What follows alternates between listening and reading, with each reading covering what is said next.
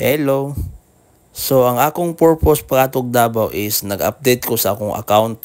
Then usa ka account nako wala na sila diha nag-transfer na. So mo nang nagtan-aw ko sa mapa. So maayo kay nara sila duol diri sa magsaysay. So sikbit lang ba.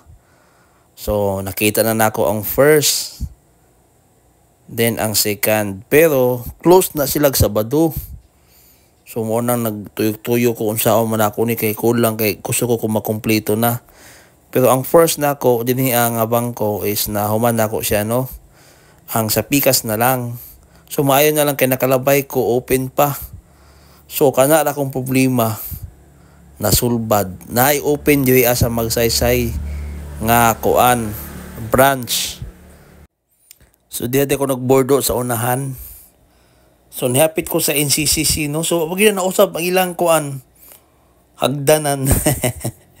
Then nihapit po ko kay Sano kay para ikuan ako simba ko alistan gani 5G, 4G.